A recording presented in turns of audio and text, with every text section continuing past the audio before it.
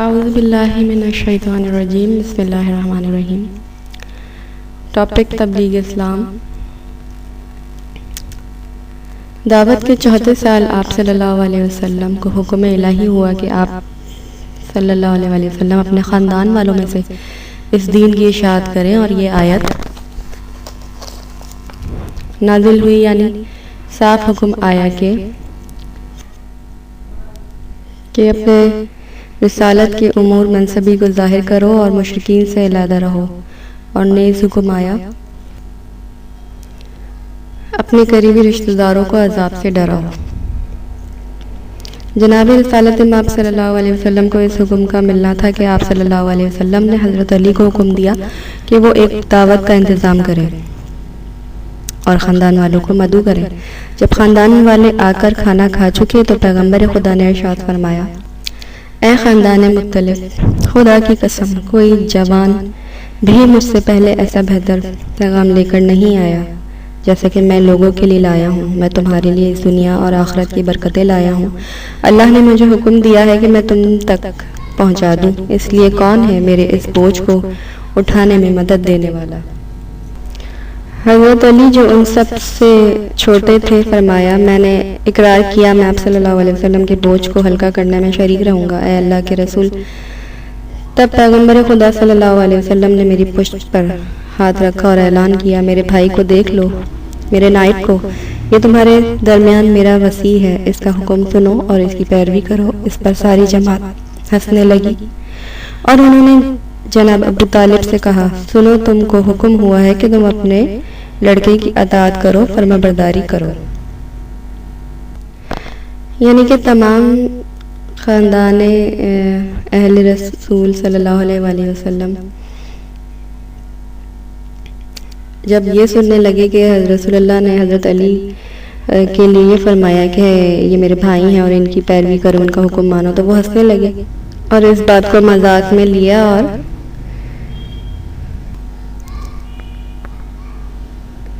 اس کے علاوہ یہ جاننے کی کوشش نہیں کی کہ اس کے پیچھے کس کی رضا ہے، کس کا پیغام ہے، یا اس کی حقیقت کیا ہے، کیا حق ہے، کیا باطل ہے۔ ان سب باتوں کو جاننے کی انہوں نے ضرورت نہیں سمجھی۔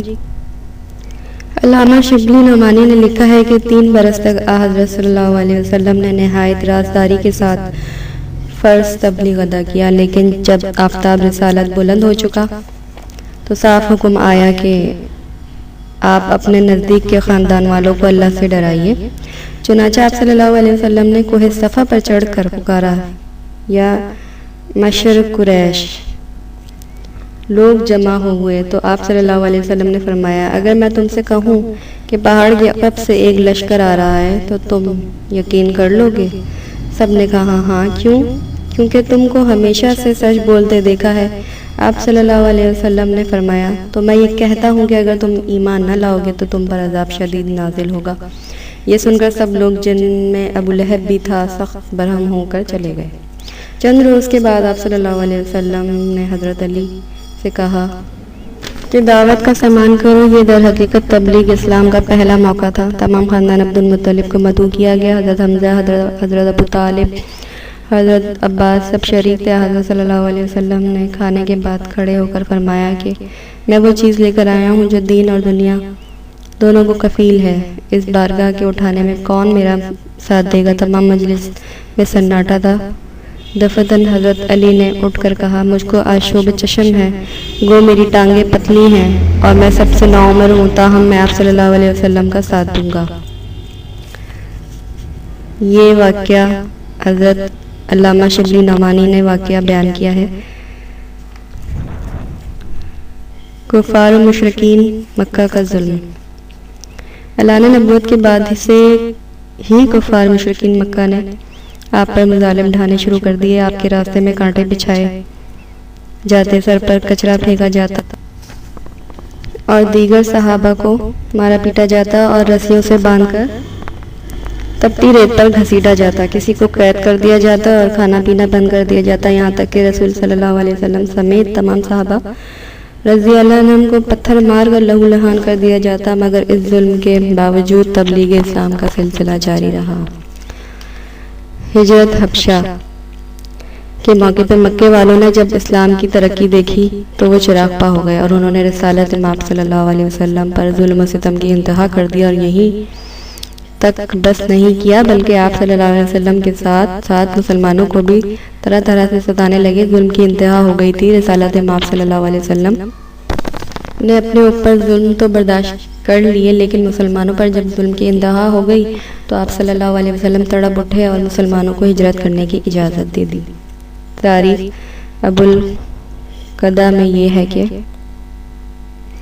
جب کفار قریش رسول صلی اللہ علیہ وسلم کے اصحاب کو سخت تکلیف دینے لگے تو آپ صلی اللہ علیہ وسلم نے ان لوگوں کو جن کے کوئی حمایتی کنبہ نہ تھا بجانب حبشہ ہجرت کرنے کی ہدایت فرمائی۔ حبشہ مکہ سے قریب تھا اور وہاں نجاشی کی حکومت تھی۔ یہ بادشاہ نہایت عادل اور انصاف پسند اور نستوری فرقہ کا ایک عیسائی تھا، اس لیے پہلے 12 مرد اور 5 عورتوں نے ہجرت کی، پھر 83 مرد اور 18 عورتیں حبشہ ہجرت کر گئے۔ جب کفار مکہ کو خبر ہوئی تو انہوں نے عمارہ بن ربیعہ اور عمرو العاص کو نجاشی کے پاس بھیجا اور درخواست کی کہ مسلمانوں کو واپس کر دیا جائے۔ اس موقع پر حضرت جعفر طیار رضی اللہ عنہ نے ایک ایمان افروز تقریر کی جس کو سن کر نجاشی ایمان لے آیا اور قریش کی یہ درخواست منظور نہیں کی اور مسلمان حبشہ میں مقیم ہو گئے۔ یہ لوگ عرصے تک یہیں پر رہے۔ یہ مسلمانوں کی پہلی ہجرت تھی۔ اعلان نبوت کے 6 سال امیر معاویہ اور حضرت عمر فاروق اعظم رضی اللہ عنہ نے اسلام قبول کیا۔ بیت اللہ میں مسلمانوں نے باجماعت نماز ادا کی اور تبلیغ اسلام کی رفتار تیز ہو گئی۔